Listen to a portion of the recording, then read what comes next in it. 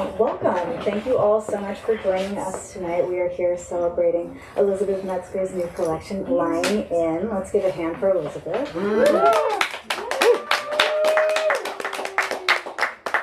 Elizabeth is also joined by Ryann Stevenson and Tierney. Let's give another hand for Brian.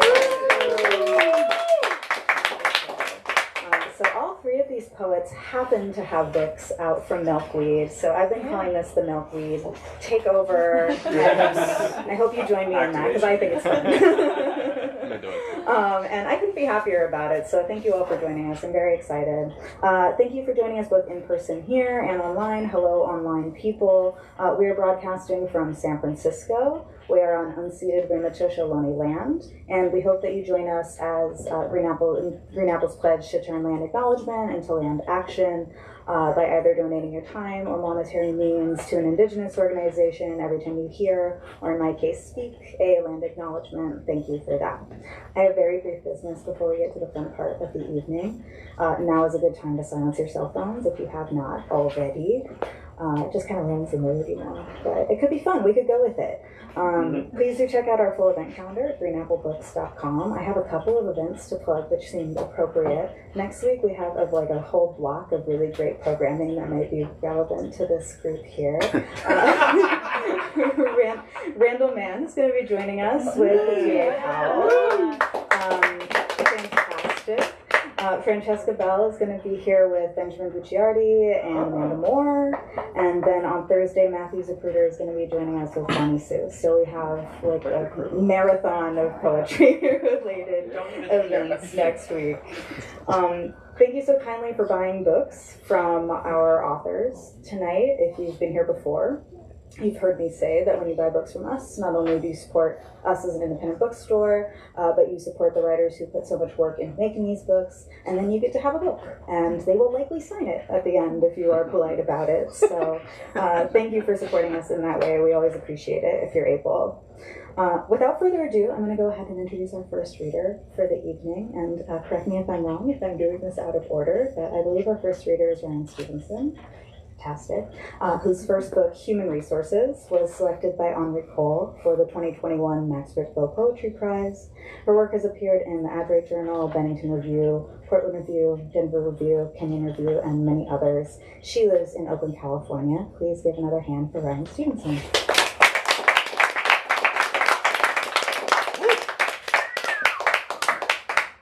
Hi. Thanks so much for being here tonight to celebrate Elizabeth's gorgeous book. Buy it if you haven't yet. Also buy Brian's book, which is beautiful. Just gonna read a few poems, if I can ever find the one I want to start with.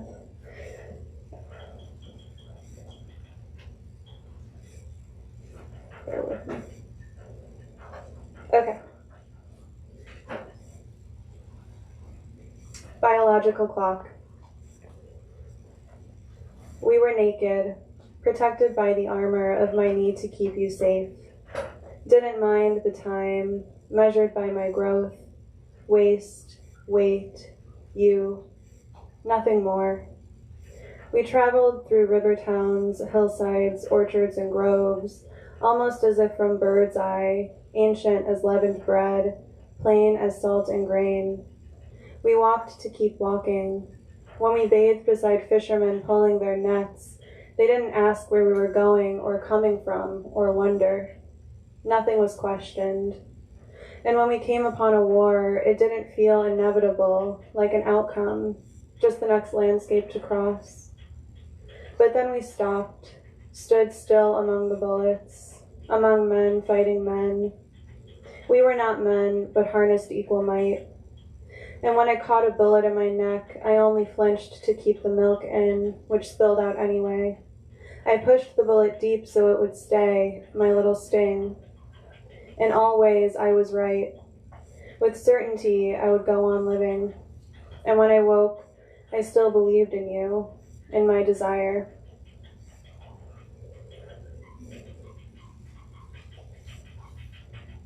Beauty mask. I was hired to design the voices of virtual beings. The first thing my boss taught me was trust must be established immediately between user and bot. This will never happen if the eyelashes are wrong, he insisted as we workshopped Nia's face, an intelligent avatar we were contracted to create for a teaching proof of concept. The requirements were few. Female, racially ambiguous, unique mouth animation for every letter, head without a neck preferred. He looked at her, said she was his type. Like all of our avatars, Nia was modeled using the Marquardt beauty mask, which utilizes the golden ratio to measure universally beautiful facial characteristics.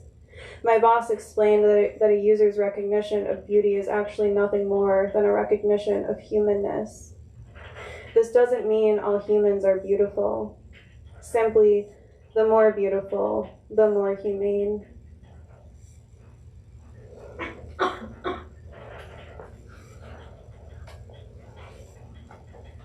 Attraction.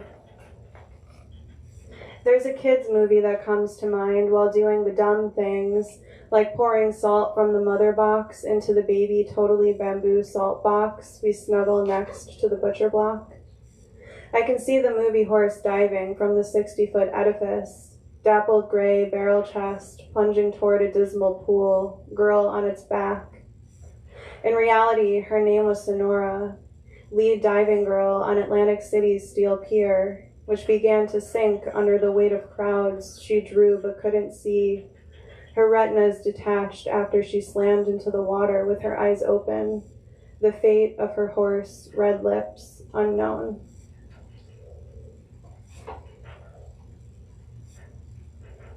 Everyone in a good mood?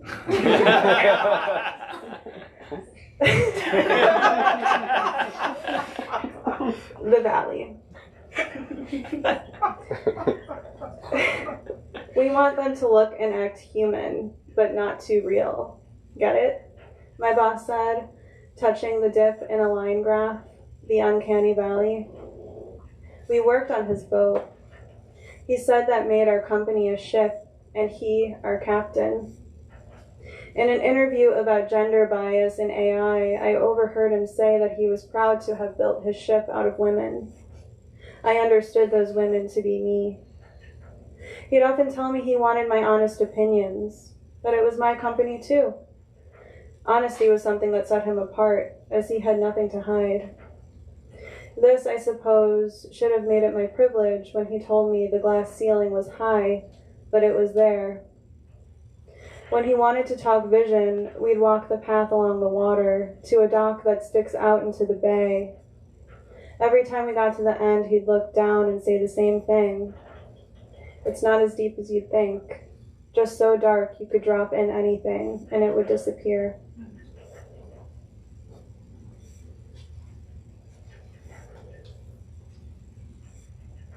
Trouble areas. I walked up the hill the way a man would, my limbs punishing space. Bangs, then ants, then glass beneath my feet. A bodysuit left behind in overgrown grass. I clutched no phone, knifed no key between my fingers. The sun dimmed to night. No need to position myself in front of buildings with cameras. No bounds, no shape defined me. Wind moved leaves against each other. A figure walked toward me, and I walked toward the figure, two eyes watching as I turned to climb the steps up to my house. I didn't care.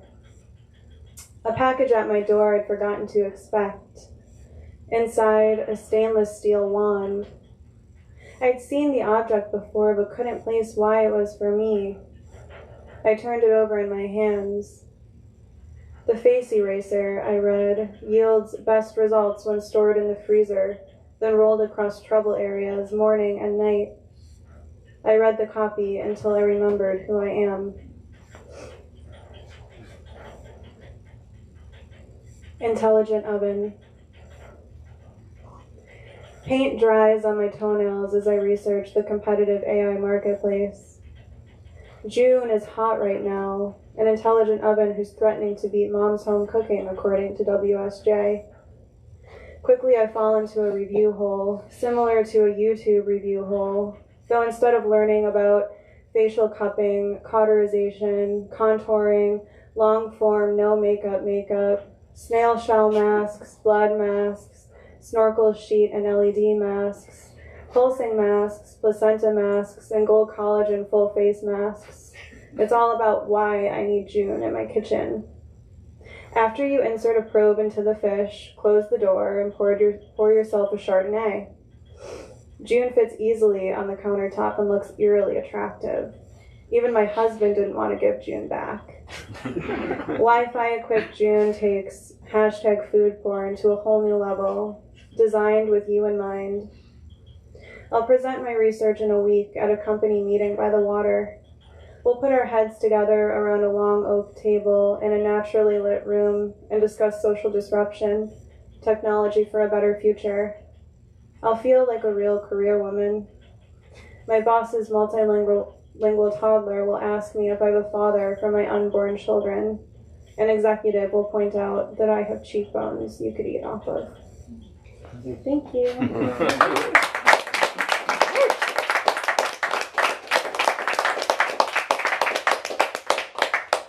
One more hand for Ryann Stevenson.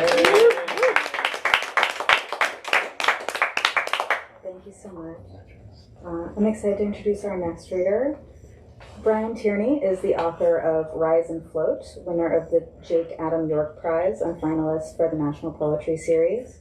His poetry can be found in Paris Review, Kenyon Review, Los Angeles Review of Books, and others. A former Wallace Stegner Fellow at Stanford University and a graduate of Bennington College Writing Seminars. He lives in Oakland, where he teaches poetry at the Writing Salon. Please give a hand for Brian Tierney.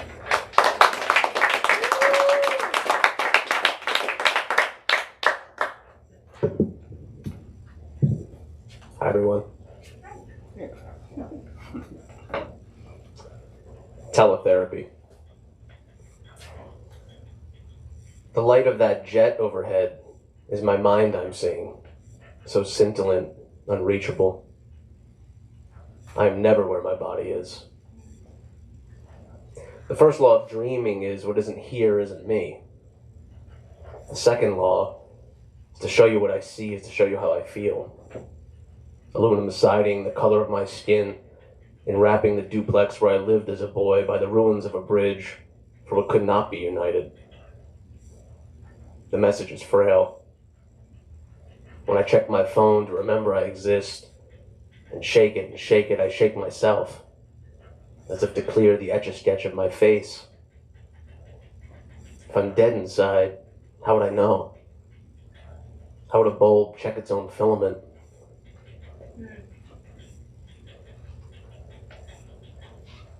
So it's really great to be here to celebrate Elizabeth's book, Lying In, which is great.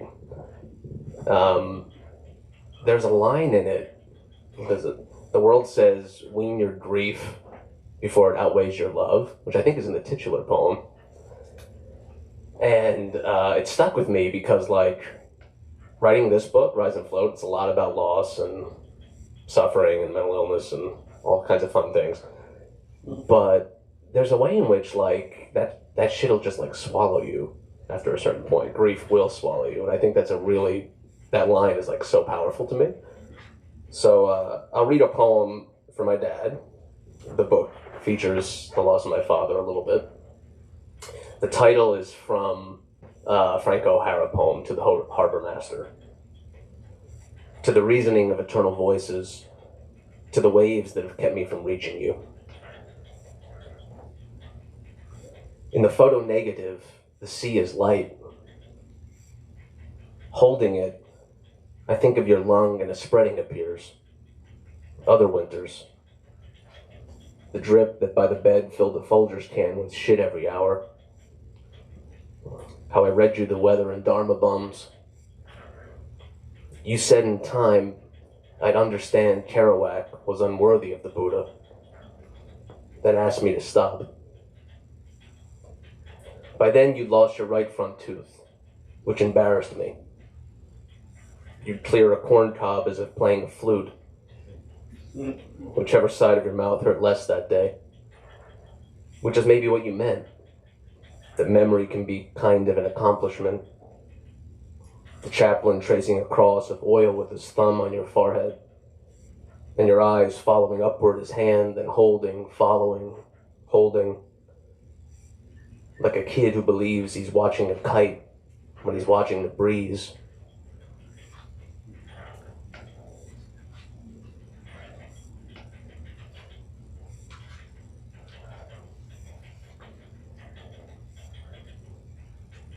Wormhole. All winter the house groaned as in a very great depth, so that I often couldn't sleep. Then one day, as if the inverse of lightning, silence occurred, entrusted to the hour. I became each minute. I became every direction at once, and fled from the source in definite position, and returned to my mother in plaid widow slippers, the blue flaking hallway at the end of which she'd wrapped gifts with the funny papers. And I felt again the weight of her life shaping my fate. When she paused, I paused. When she looked down, I looked as well down into the garden, at the material consequence of a metaphysical truth. Memorial flowers we planted then left. These rooms will outlive you, I had told her once in spite, when I was younger, not young, while she hung our shirts above and around a busted upright to dry in the sun of a perfect angle, in which to watch was to surrender metamorphic mystery, but equally fear. Having set aside changes I could think of as tracks to be followed, future possibilities, arguments of a speculative nature, the roads with nobody on them, and with no one to remember anyone who was, I walked into that garden. When I bent to them, the impatience soured and gave a small yelp. Some of them had names I could not take with me. Night fell. The treasure I thought at the outset was wholeness was not wholeness. A passing car went white as the head of a match and was gone. Happy stuff. Gonna read some new stuff. Yeah, look at Netflix. Which is decidedly not quite as grim. But... So I'm doing these centos, which is a poem written using the language of another poet, essentially. So I used Jory Graham's book, Dream of the Unified Field, to make this. So it's a bunch of fragments and half lines and word pairings all kind of stitched together to make something. So the butterfly. It became everything to me after I watched its pattern, which told the story of a draft here between two openings, making tiny sounds that add up to laughter, a held breath, an idea of color trapped against the pane, then fluttering open here and there, blues and yellows that would break in your hands. Its wings trying to find corners and desperate to escape some point of view. You could almost hear a click of a lock being tried as it blinked in and out of the sun pressing through the room like interrogation light that day. Near the very end of my childhood, the velvet armrest at my fingers, a dollar bill in my hand, wanting to be narrowed, rescued into a story again. A transparency floating I watched all afternoon, held up by the invisible, fundamental, uncreated essence of each minute graduating slowly from the symbolic to the beautiful reddish gold light bathing the walls toward the end of the season, the flash on its wings. I found the path it took. I saw the different weight of things. Flower pots, broken scissors on the table, gold speck from mica, the sink. The air, all around them, neither full nor empty, but holding them untouched, untransformed. Something that they must cross, one form at a time, in order to start right again from dark, only to reappear a little further on as the last pool of light on my father's plate in the kitchen. The wind and the hair of his shadow in the room leaned against the fridge, wanting to be free. The point of view darting, fluttering, sucked out by a door full of sky when Dad unclasped the clasp and called my name to the surface of the surface, and the air carried me out of what is ceases into what is ceasing outside. The houses and trees there, trying to bury half of themselves in shadow. Where the underneath is pointed, and its tips show through, I lay down on the lawn in the heart of sprinklers and looked up, and couldn't seem to find it.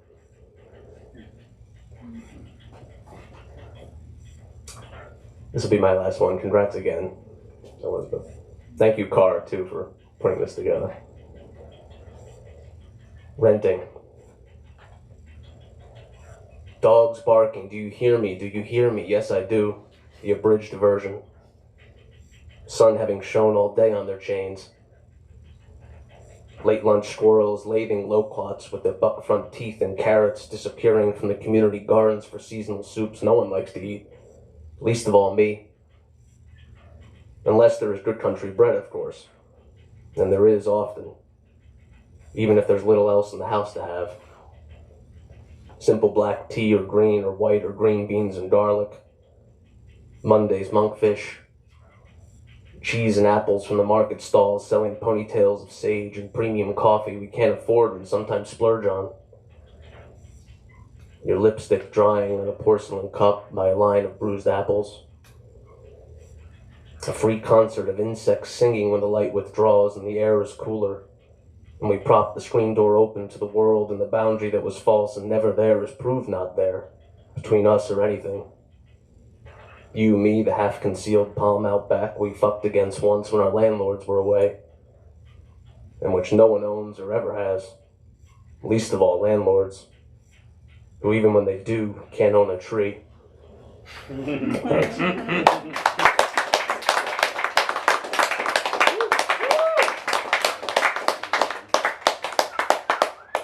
Keep it going for Brian Tierney. We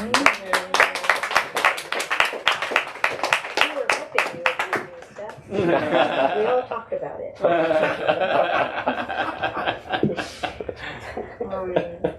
I'm delighted to introduce our last reader who brings us all together today. Was yesterday your publication date? No, April 11th. April 11th, okay. I shouldn't have said anything, but we're celebrating anyway. Elizabeth being in the Bay, and I'm so glad to have you, and I'm glad that you brought all of these people together this evening.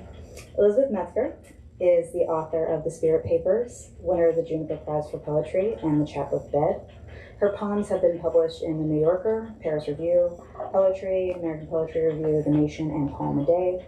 Her essays have been published in the Boston Review, Conjunctions, PN Review, Lit Hub, and many others. She's a poetry editor at the Los Angeles Review of Books. She lives in California, and her collection, Lying In, is the reason we're here tonight. Please welcome Elizabeth Metzger.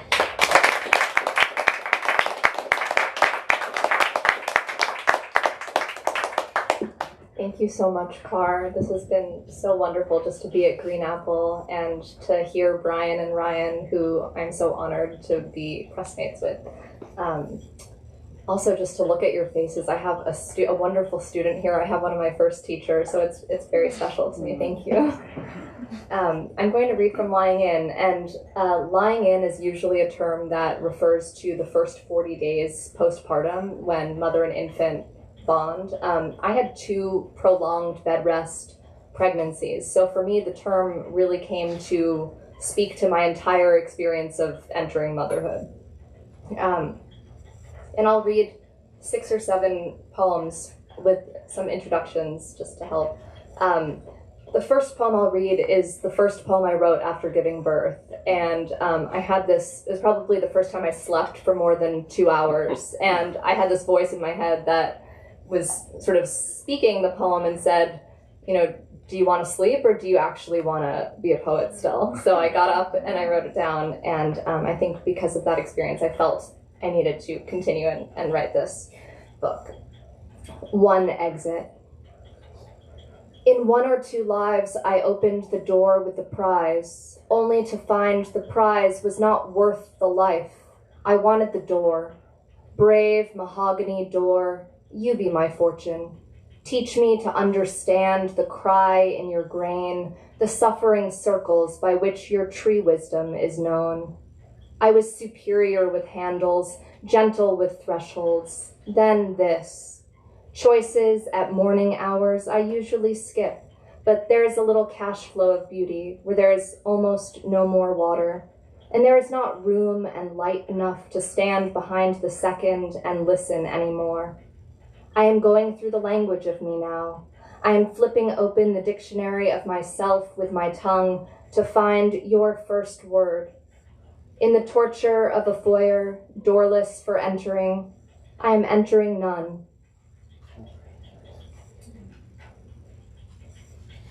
The next poem I'll read is sort of a birth poem. I think that long before I even actually was considering having a baby, I thought a lot about how we often talk about the unknown of death and what happens after we die, but I was equally haunted too by just not remembering being born. And somehow I thought that in giving birth, maybe there's some kind of muscle memory that brings back the experience. I can't say whether that happened, but this poem is about that, sort of. First wound kept open. The thought of all the grass blown over to one side hurts me. That wind can do that. I must have gotten to him first, though he pushed out against the pouch in me I now call soulless. Of everyone I've met on earth, I always find they got here first, and will they teach me their good reason for staying? I would discipline a comet against my way of leaving, push it out of sky after sky, and after every loss on earth, the baby I was would come back. That's what it means to be lovable, to give oneself whole again, whole birth, whole fist, whole flower, but only what fits harmlessly whole in the mouth. The baby comes and goes, comes back to weed me of my body, feeds my bald birdies what's not for me to know. I had hoped all my animosity toward men would lead toward safety in one, who would wake me before I hit the wooden world and rock me there to say what violence had not yet come. One of the strange experiences of the bed rest was that the present just felt very suspended. And I actually think a lot of us have maybe had this with the pandemic and quarantine. So it's become more of a universal experience just to feel out of the present. But for me, one of the benefits of it was that the past and the future sort of felt like they could be a little closer together. So in this poem, I imagined the playground, which is a space that you don't go to unless you're a child or with a child, really. I hope. So in this poem, in this imaginary playground, my past child self and my future potential child could sort of coexist. You've been on Earth so long already. All my life, all I've wanted was to be myself and someone else. Not theirs, but them.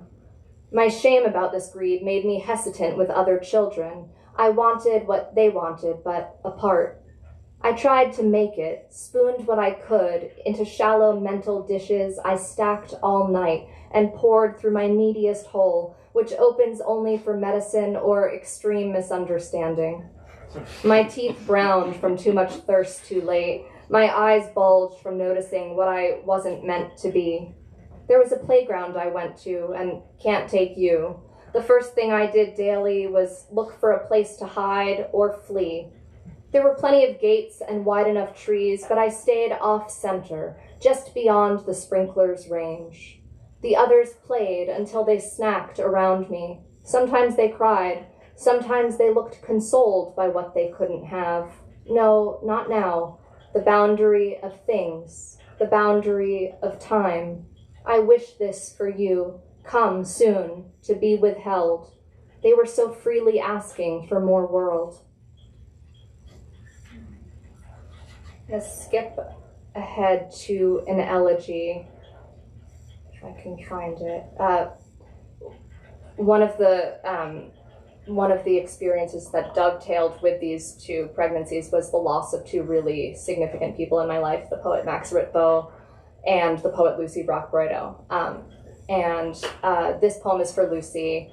when I moved to California, she was a poet who really preferred to write at night in the dead of winter, and she was not a California poet. So she made it known that it was bordering on a betrayal to move here, especially to Southern California, the full sun. She was never going to visit. So in a way, when she died, I was able to live for a little under the illusion that that was the same distance we still had between us. And the title comes from a Kafka aphorism, imagining what heaven is. It's called The Impossibility of Crows. Your death has just begun, but it is not spoken of. It speaks in odd weathers, like a second first love, as if the snow could fall for real here, as if you would deign to visit me through sun. There are no directions. The edges of your death are smudged and round, like ash or a watch whose accuracy is the least of its worth. There is no clear ill will. There is no bronzy heaven. You will come to me instead, though I never came to you, won't you? It's not too late yet. There hasn't been blood or sex, not even the spirit or splinted ambition. Today I will stay for just the last, unafraid, adoring avalanche of you, as if my life had wound itself up and let go with yours. A made metal crow, acting born, choosing its crack time, then tiptoeing off your branch of the world.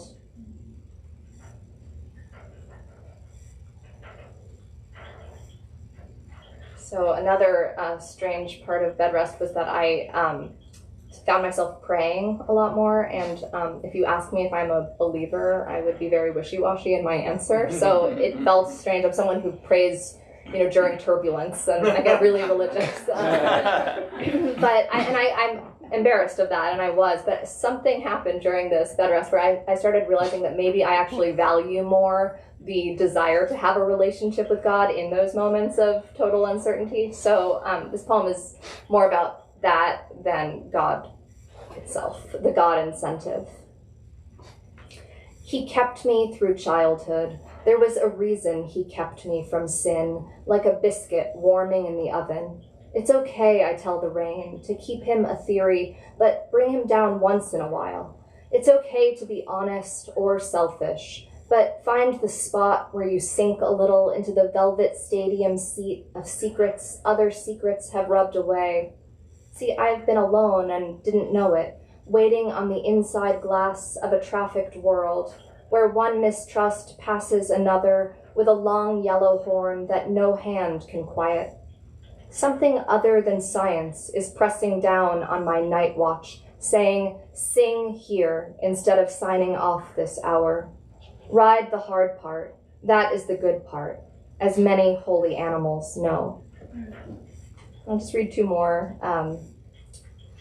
The next one is an homage to a creature that I loathe and am terrified of, the cockroach. I'm a New Yorker, and so that I know they're everywhere and survive everything, but my experience was in New York. And this poem came out of one specific encounter, which was when I returned with a newborn for the first time. Something about, especially given like the stakes of the pregnancy and just the sterility of newborn culture, like the idea of seeing a cockroach multiplied into this poem. So it's imagined. It's not a real encounter, don't worry. Roach. The quickness of living, the quickness of wanting to kill something. Forget dreams, they attack me, and I welcome their landings, as I'd welcome a gas mask filled with all our unsayable thoughts. Kiss me again without being asked, or asking if I still love. How to possess an exoskeleton, earth kitchen, shiny brown God's house, guts hollowed. I don't know what marriage means at 2 a.m. with 6 or 7 roaches vying for my mouth and other openings. If someone handed me a microscope, I might wake up. A microphone, I might stop and listen. If you're not breathing on your own by the middle of this lifetime, it isn't worth the privilege of lifting your feet. I made you. I make to lay myself out like a glue trap, safe. The exterminator says they are checking out the new smell of our baby in the holy sliver where our bodies don't touch. I don't think he would hurt them now that he understands them. I don't think you would hurt me, though I've killed you many times either. And the last poem I'll read is a love poem, but before I read it, I'll just say that afterwards we'll do, if anyone wants to ask questions, we can do that, and then after we can sign and hang out. Yeah. Okay. So this is a love poem. It's sort of a return to romantic love after a long period of deprivation and fear, and just how it felt to return to that now that we shared this new kind of love for 2 children. Desire. It is for you I put the children to bed, or come, I will keep the house awake for you. The floor is fluttering with tongues. I step through and you step after me, laughing. These are toys. Isn't it obvious how we've changed? I have no more use for pure feeling. You escape directly behind my head. Little vitrines in the closed museums, not being looked at. I would die to be their objects. The children left me. You say they came. What could you possibly do for my body when I am in 2 separate rooms, breathing? Thank you. So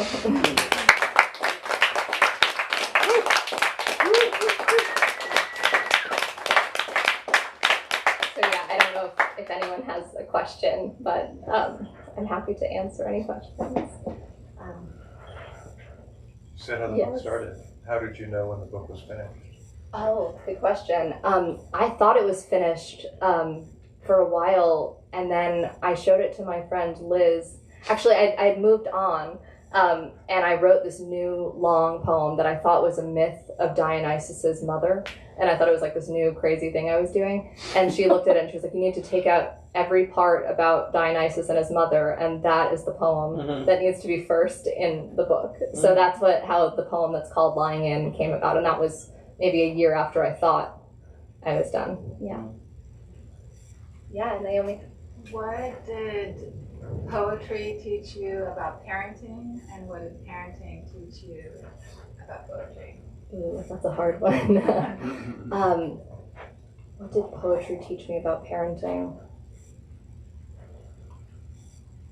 I guess, in a way, trusting the rhythm, like not following an intention always, but letting something else guide you, has always been the better parenting moments for me. When I have a mission, it never seems to be met. And then the other order, what has parenting taught me about poetry? Oh, that rituals need to be redefined. I need to be able to write while pushing a swing. You know, I never would write again. And so some of I still have my superstitions, but they can't be the ones about when and where I write. Yeah. Okay.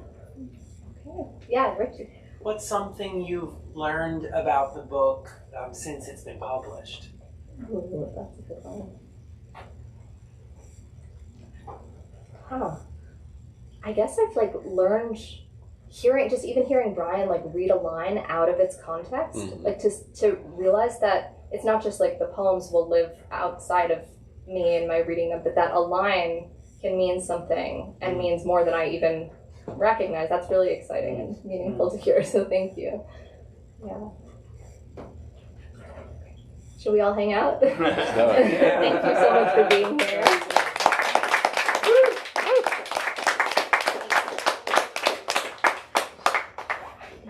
Can we have one more hand for Elizabeth?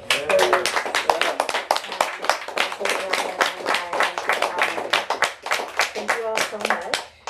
This is truly lovely. Thank you for letting us celebrate with you, Elizabeth. And thanks for bringing us all together this evening. I won't stop you from hanging out. Go hang out. Thank you. We'll see you next time.